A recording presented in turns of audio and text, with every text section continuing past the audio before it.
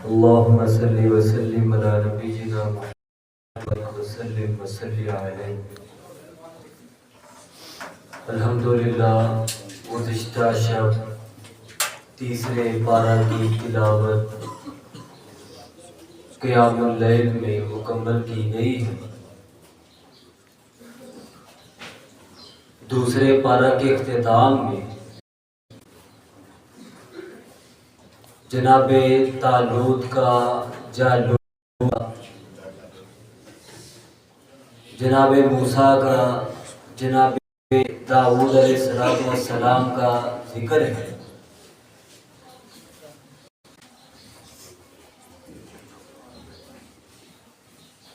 اس کے بعد تیسرے پارہ کے آغاز میں اللہ تعالی نے ایمان والوں کو مخاطب فرمایا ہے، یا الذین آمنوا انفقوا مما رزقناکم من قبل ان یأتی یوم لا بیع۔ اے ایمان والو، ہم نے تمہیں رزق دیا ہے، اس میں سے کرو اس دن سے پہلے جب نہ کوئی تجارت نہ کوئی لین دین ہوگا، والکافرون هم الظالمون، یہ جو کافر ہیں، انکار کرنے والے ہیں، یہی تو ظالم ہیں۔ اس کے بعد آیت الکرسی بڑے ہی فضائل کی آیت ہے، اسے سجدۃ آیت القرآن بھی کہا جاتا ہے۔ قرآن مجید کی سب سے معنی کے لحاظ سے جو مضبوط آیت ہے وہ بھی اسے قرار دیا جاتا ہے۔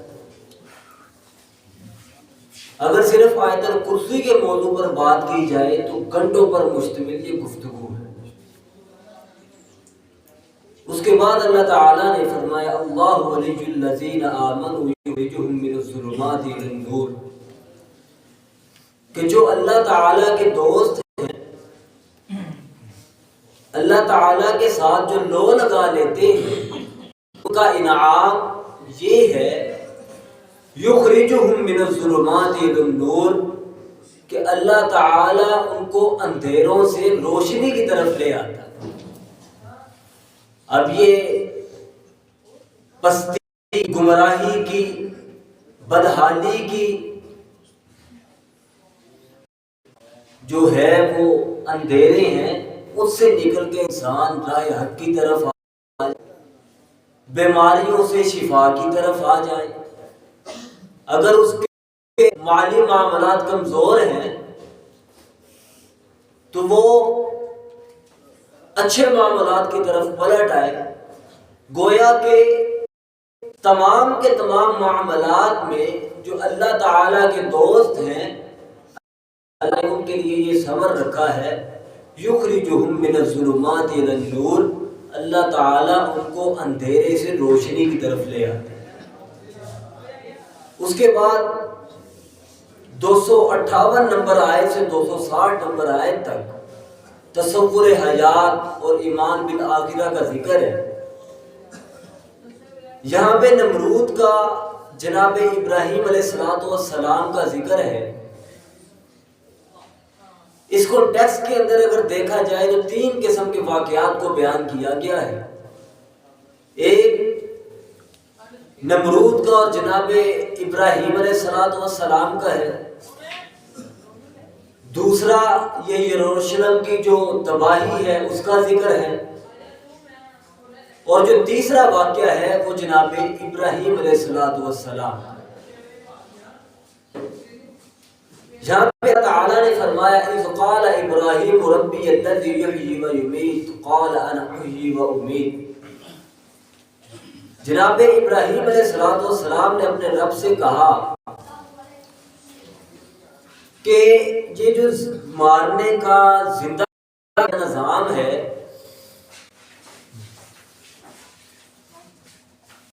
متعلق جب بات چیت ہوئی، اس سے قبل جو یہاں پہ ذکر تو نہیں نمرود کا نام کے ساتھ، باقاعدہ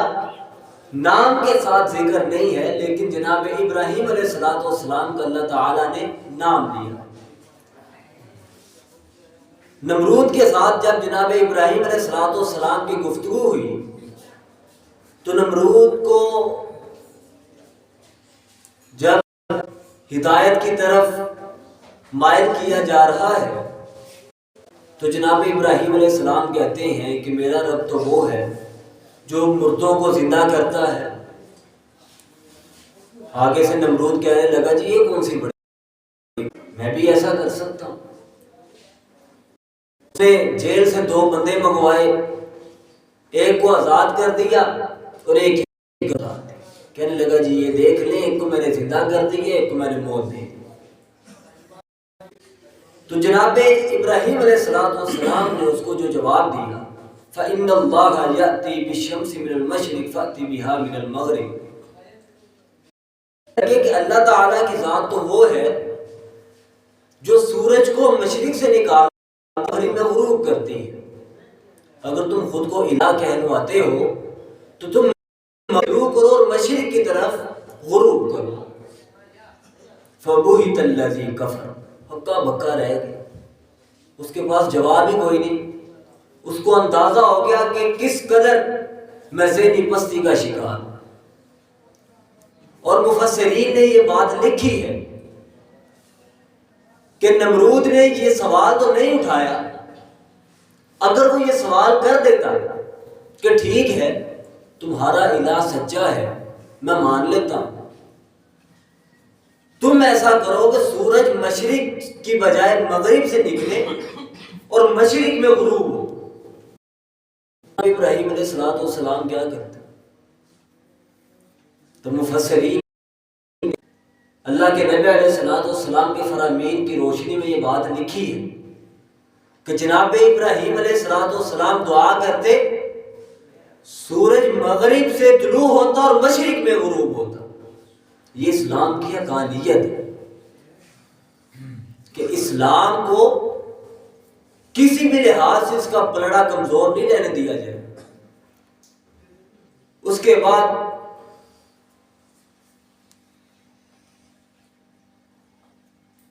اللہ تعالیٰ نے او کالذی مر علی قریۃ وہی خاویۃ علی عروشها قال انا یحیی هذه اللہ بعد موتها۔ اللہ تعالیٰ نے یہاں پہ اپنے ایک پیغمبر کا ذکر کیا ہے۔ جب وہ ایک بستی کے پاس سے گزرے، یروشلم کے پاس سے گزرے،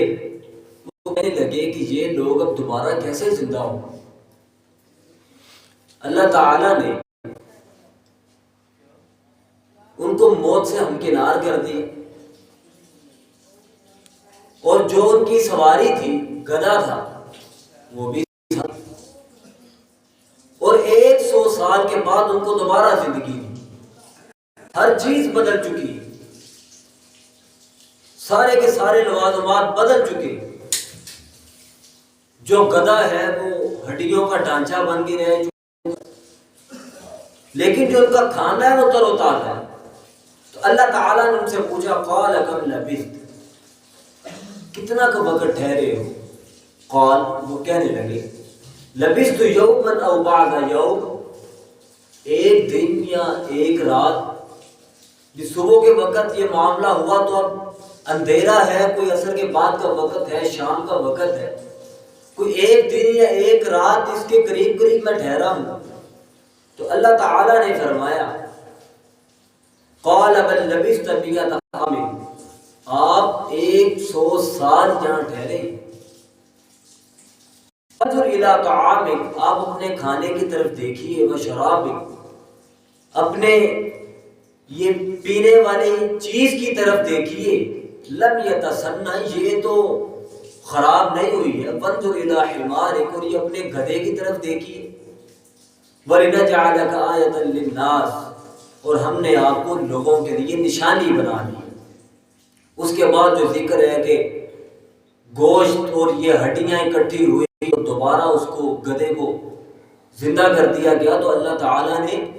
یہ نشانی برقرار کر دی کہ اس طرح سے ساری کی ساری کائنات دوبارہ زندہ کر دی جائے گی۔ اس کے بعد جناب ابراہیم علیہ السلام کا واقعہ ہے، وَإِذْ قَالَ إِبْرَاهِيمُ رَبِّ أَرِنِي كَيْفَ تُحْيِي الْمَوْتَى، جب جناب ابراہیم علیہ السلام نے اللہ تعالیٰ سے کہا ہے اللہ میں دیکھنا چاہتا ہوں کیف تحیی الموتیٰ، تم مردوں کو کیسے زندہ کرے گا۔ یہ ایمان لانے کے بعد کی گفتگو ہے، ایمان لانے کے بعد ایمان کی پختگی کے لیے انسان اگر راہ حق کی طرف مزید لپکتا ہے، سوالات کرتا ہے، اس میں کوئی برائی نہیں ہے، لیکن سوالات اگر نہ ہو، جیسے بنی اسرائیل کے تھے، اللہ تعالیٰ نے کہا کہ گائے کو ذبح کرو، سوال پہ سوال کیے گئے کہ جی گائے کیسی ہو، اس کی عمر کتنی ہو، اس کا رنگ کیسا ہو، اس کی نسل کیسی ہو۔ بالآخر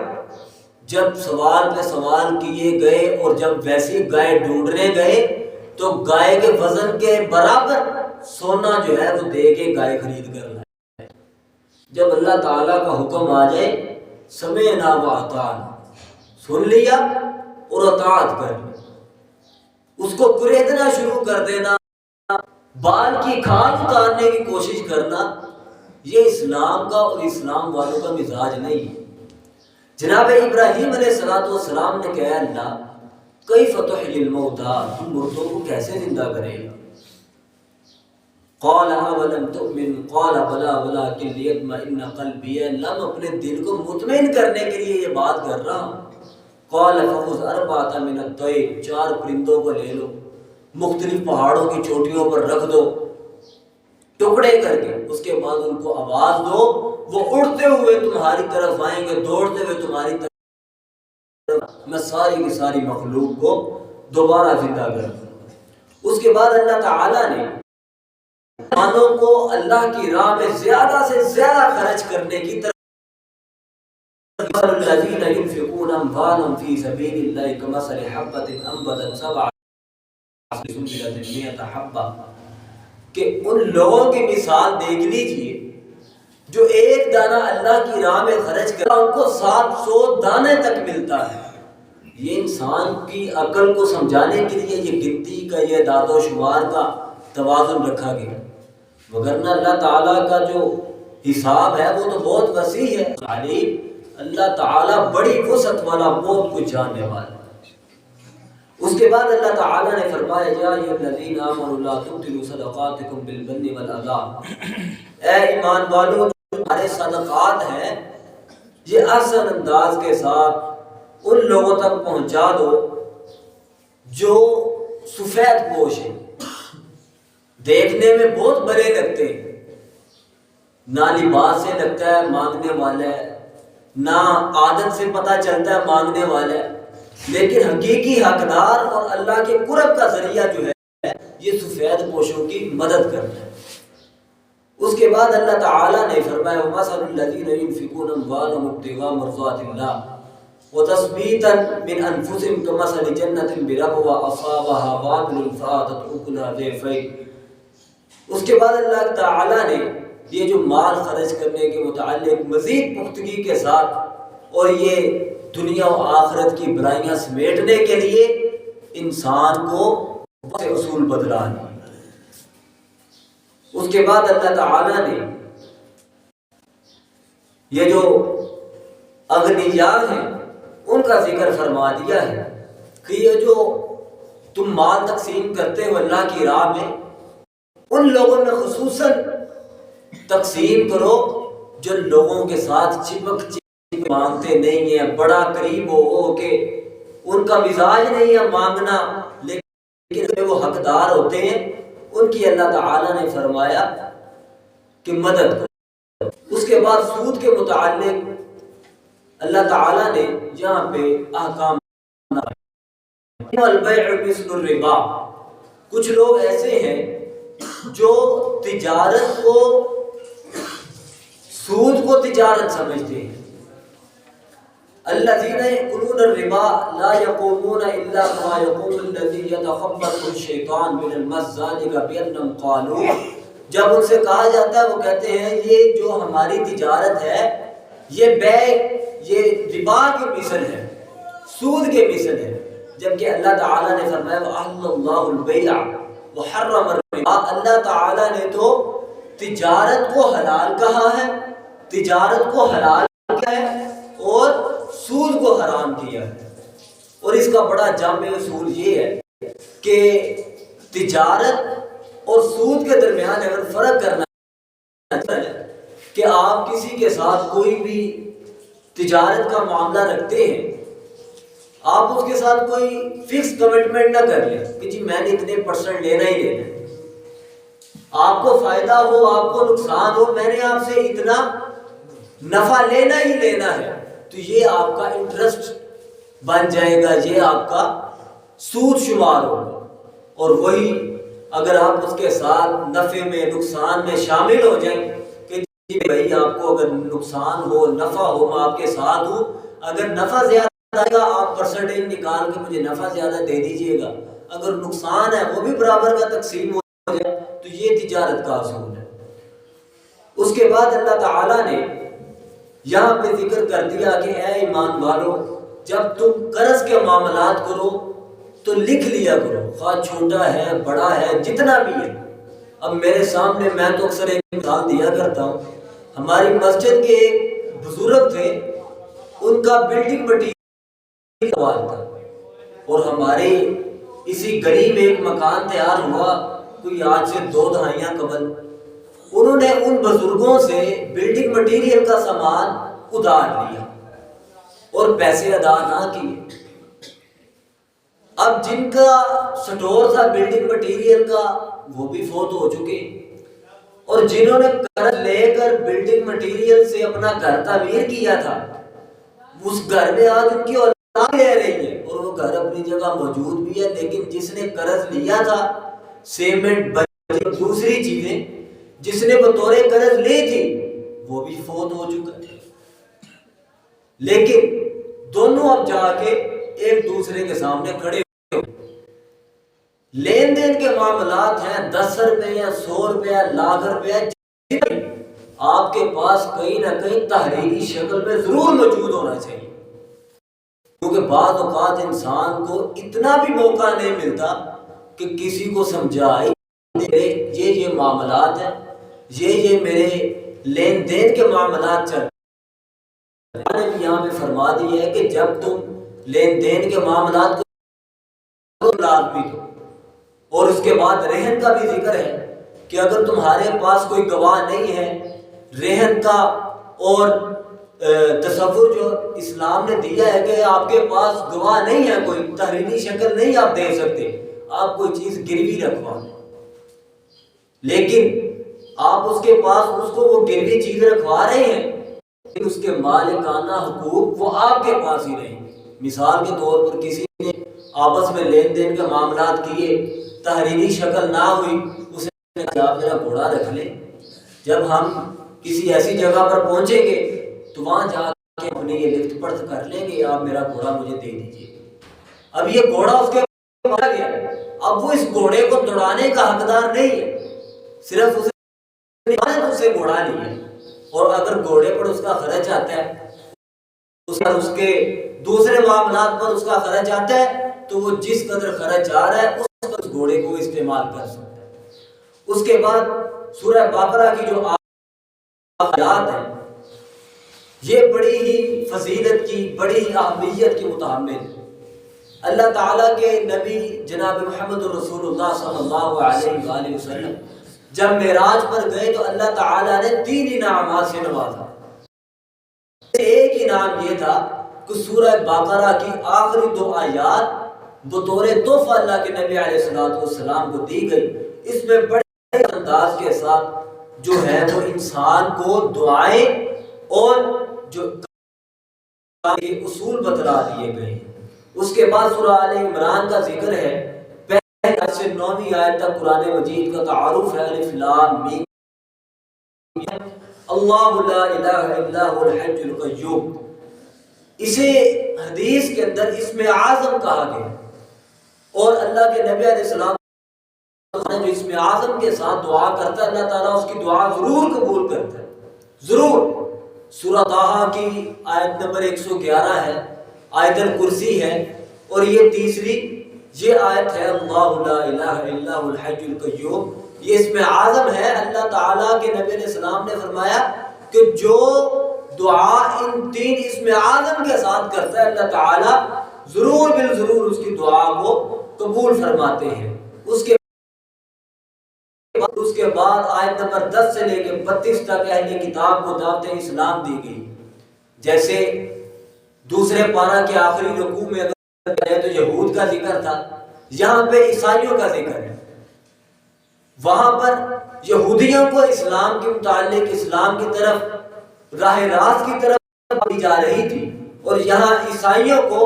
حق کی طرف دعوت دی جا رہی ہے۔ اس انسانی زندگی میں اس کو بڑے لوازمات پیش آتے ہیں زندگی میں، جو اس کے بڑے ہی وہ پسندیدہ چیزیں ہیں اس کا ذکر فرما دیا، زُيِّنَ لِلنَّاسِ حُبُّ الشَّهَوَاتِ مِنَ النِّسَاءِ وَالْبَنِينَ وَالْقَنَاطِيرِ الْمُقَنطَرَةِ کہ تمہارے لیے جو مزین کر دی گئی ہیں وہ عورتیں ہیں، بیٹے ہیں، جوڑ جوڑ کر سونے چاندی کے ڈھیر ہیں، یہ نشان زدہ سوار، یہ چوپائے ہیں، یہ کھیتیاں ہیں۔ یاد رکھو ذالک متاع الحیات الدنیا، سب کا سب دنیا کا سامان ہے، اور واللہ عنده حسن المآب، اللہ جو ہے وہ بہترین ٹھکانہ ہے۔ اس کے بعد اللہ تعالیٰ نے اللہ کے نبی علیہ السلام سے فرمایا کہہ دیجئے اَأُنَبِّئُكُمْ بِخَيْرٍ، کیا میں تمہیں اس سے بھی بہتر چیز نہ بتلاؤں؟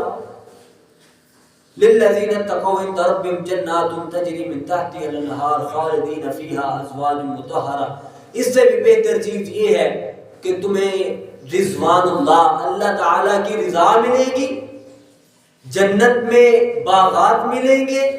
اور اس کے بعد جو ہے جنت میں بہتی ہوئی نہریں، اس کا اللہ تعالیٰ تمہیں ثمر دے گا۔ اور یہ دنیاوی چیزیں، دنیاوی لگاؤ، دنیاوی یہ جو معاملات ہیں ان سے کنارہ کشی اختیار کرو اور تقویٰ کی طرف، پرہیزگاری کی طرف پلٹ آؤ۔ اس کے بعد اللہ تعالیٰ نے فرمایا الصابرین والصادقین والقانتین،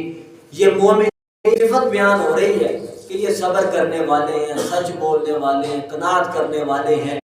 اللہ کی راہ میں زیادہ سے زیادہ خرچ کرنے والے ہیں۔ بالاسحار والمستغفرین بالاسحار، اور صبح صبح تہجد کے وقت یہ جاگتے ہیں، اللہ تعالیٰ سے منت سماجت کرتے ہیں، اپنے درست کرنے کی یہ اللہ تعالیٰ سے التجا کرتے ہیں۔ اس کے بعد نے فرمایا ان الدین عند اللہ الاسلام، اللہ تعالیٰ کے ہاں جو مقبول دین ہے دین اسلام ہے۔ پیچھے بھی یہ بات ذکر ہوئی تھی یا ایھا الذین آمنوا ادخلوا فی السلم، ایمان والو اسلام میں پورے کے پورے داخل ہو جاؤ۔ یہاں پر بھی اللہ تعالیٰ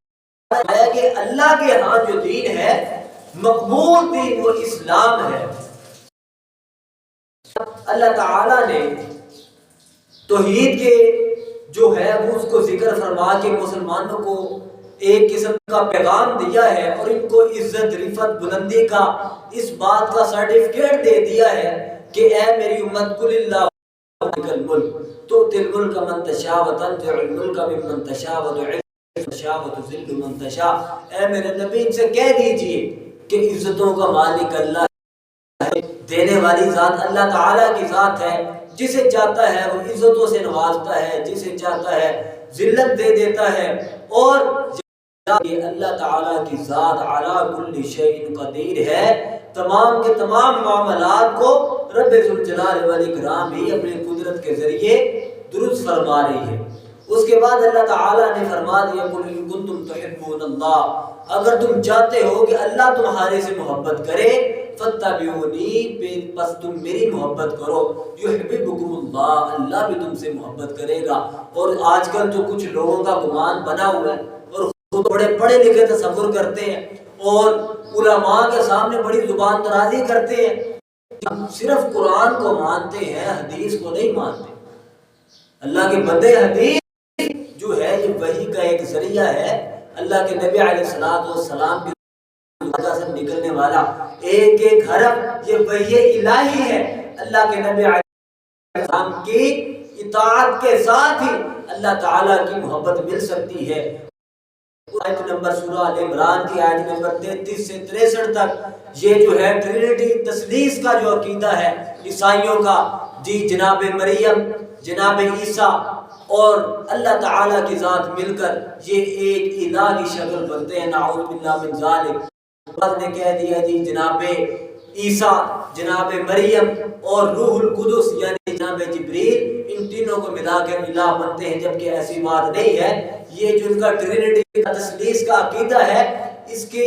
رد کے اندر اللہ تعالیٰ نے یہ باقی آیات کا نزول فرمایا۔ جناب زکریا علیہ السلام، سیدہ مریم علیہ السلام، جناب زکریا علیہ السلام ان کے خالو تھے، اور شروع میں ہی اس بات کا ایک عہد کر لیا جناب مریم علیہ السلام کی والدہ نے کہ جب میرا بیٹا ہوگا تو میں اس کو کلیسا کے لیے، اللہ کے لیے وقف کر دوں گی۔ بعد میں ہوئی تو جناب زکریا علیہ السلام نے ان کی پرورش کی اور باقی معاملات، اور اس کے بعد جب ہے اللہ تعالیٰ نے قال رب هب لي من لدنك ذرية انك سميع الدعاء، اس کے بعد فنادته الملائکۃ وهو قائم، جناب زکریا علیہ السلام جب دیکھتے کہ جناب مریم علیہ السلام دعا میں، محراب میں، تو ان کا بھی بڑھاپے کے اندر دل کر پڑا کہ میں اللہ سے اپنے لیے اولاد کا، جب انہوں نے اللہ تعالیٰ سے اولاد کا سوال کیا، اللہ تعالیٰ نے جناب یحییٰ کی ان کو خوشخبری، وہ کہنے لگے قال ربی انا یکون لی غلام وقد بلغنی الکبر، اے اللہ میں تو بڑھاپے کو پہنچ چکا ہوں، میری بیوی بانجھ ہو چکی ہے۔ تو اللہ تعالیٰ نے فرمایا کذالک اللہ یفعل ما یشاء، اللہ تعالیٰ کے معاملات ہیں، جس طرح وہ چاہتا ہے وہ کرتا ہے۔ بے شک بڑھاپا آ گیا، بے شک بیوی بانجھ ہو چکی ہے، لیکن اللہ تعالیٰ نے بچے کی خوشخبری بھی دی اور ساتھ جناب یحییٰ کا نام بھی رکھا، نام یحییٰ ہو کر باقاعدہ ذکر کر دیا۔ اللہ تعالیٰ نے فرما دیا کہ وَاذْكُرْ رَبَّكَ كَثِيرًا، اللہ کا بہت زیادہ ذکر کرو، وَسَبِّحْ بِالْعَشِيِّ وَالْإِبْكَارِ، صبح و شام اللہ تعالیٰ کا ذکر کرتے رہو۔ اور یہ علماء اور مفسرین اور یہ سیر کی کتاب ملتی ہے، جو بے اولاد لوگ ہیں وہ اس طرح کے وظائف کا کام کرے، اللہ تعالیٰ ضرور اولاد سے نواز دیتا ہے، جس طرح سبحان اللہ، اللہ اکبر، لا الہ الا اللہ، اس طرح کے جو اللہ تعالیٰ کا ذکر ہے ان کا کثرت کے ساتھ اگر ذکر کیا جائے ضرور بالضرور ان کو اولاد سے نوازتا ہے۔ اس کے بعد اللہ تعالیٰ نے فرمایا ان مثل عیسی عند اللہ، جو یہ عیسائی ہیں یہ جناب عیسیٰ کو الہ مانتے ہیں، اللہ تعالیٰ نے واضح کر کے فرما دیا کہ یہ جو جناب عیسیٰ ہیں یہ تو حضرت آدم کی مثل ہیں۔ حضرت آدم علیہ السلام کو اللہ تعالیٰ نے بنا باپ کے، بنا ماں کے پیدا کیا، جبکہ جناب عیسیٰ علیہ السلام بنا باپ کے پیدا کیا۔ اگر تم اس بات پر جناب عیسیٰ کو مانتے ہو کہ وہ بنا باپ کے پیدا ہوئے ہیں، تو ہم تو زیادہ حقدار ہیں کہ ان کو الہ مانا جائے، کیونکہ اور بنا ماں کے پیدا ہوئے۔ تو اللہ تعالیٰ نے آگے فرما دیا کمثل آدم خلقہ من تراب ثم قال له کن فیکون، جس طرح اللہ تعالیٰ نے جناب آدم کو بنایا، پھر اس میں روح پھونکی اور کہا ہو جا تو وہ ہو گئے، اور اسی طرح جناب عیسیٰ علیہ السلام کا معاملہ ہے۔ اس کے بعد اللہ تعالیٰ نے قل یا اہل الکتاب تعالوا الی کلمۃ سواء بیننا وبینکم، کہ آپسی معاملات جو ہیں ان کو درست رکھو، اور اللہ تعالیٰ کا جو دین ہے وہی غالب آنے والا ہے۔ اس کے بعد آیت نمبر 64 سے لے کر جو 101 نمبر آیت تک ہے، یہ اہل کتاب کی یہ جو خرابیاں، یہ جو فتنے اور یہ جو انتشار اور یہ جو شورش بپا کرتے رہے ہیں، ان کے متعلق اللہ تعالیٰ نے ذکر فرما دیا۔ اس کے بعد جو آیت میثاق ہے، اللہ تعالیٰ نے جملہ نبیوں سے اس بات کا عہد لے لیا لما آتیتکم من کتاب و حکمہ ثم جاءکم رسول مصدق لما تؤمنون به ولتنصرن، ایک نبی ایسا آئے گا وہ تم سب کی جو ہے تصدیق بھی کرے گا، تم پر ایمان بھی لائے گا، اور تم نے میرے ساتھ یہ وعدہ کرنا ہے لَتُؤْمِنُنَّ کہ تم نے اس پر ایمان بھی لانا ہے، اس کی بات پر بھی عمل کرنا ہے۔ قال، وہ سب کے سب کہنے لگے اقررتم واخذتم علی ذلکم اسری، قالوا اقررنا، ہم سب کے سب اقرار کرتے ہیں۔ قال فاشهدوا وانا معكم من الشاهدين، کا تم بھی گواہ ہو جاؤ میں بھی گواہ ہو جاتا ہوں، اور ہم یہاں پر بھی ایمان رکھتے ہیں، تمام الہامی کتب پر بھی ایمان، لیکن یاد رکھیے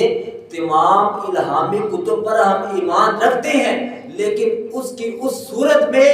جس صورت میں وہ آسمان سے نازل ہوئی۔ آج کے دور میں جو تحریف شدہ کتب ہیں، اور یہ جو آپ کو انارکلی سے جائے گی، میں بھی خرید کے لایا تھا کسی دور میں، تو ان چیزوں پر جو ہے یہ ایمان الہامی ضرور تصور کیا جائے گا، لیکن جو اللہ تعالیٰ کی طرف سے نازل کی گئی وہ تصور نہیں کیا جائے۔ اس کے بعد اللہ تعالیٰ نے نیکی کا ذکر فرما دیا، اللہ تعالیٰ سے دعا، تعالیٰ ہمیں احسن انداز کے ساتھ یہ قرآن مجید کا اچھے انداز کے ساتھ سمجھنے کی توفیق عطا فرمائے۔ اقول قولی ھذا استغفر اللہ لی ولکم ولسائر المسلمین والمسلمات، سبحانک اللہم ربنا وبحمدک اشہد ان لا الہ الا انت استغفرک واتوب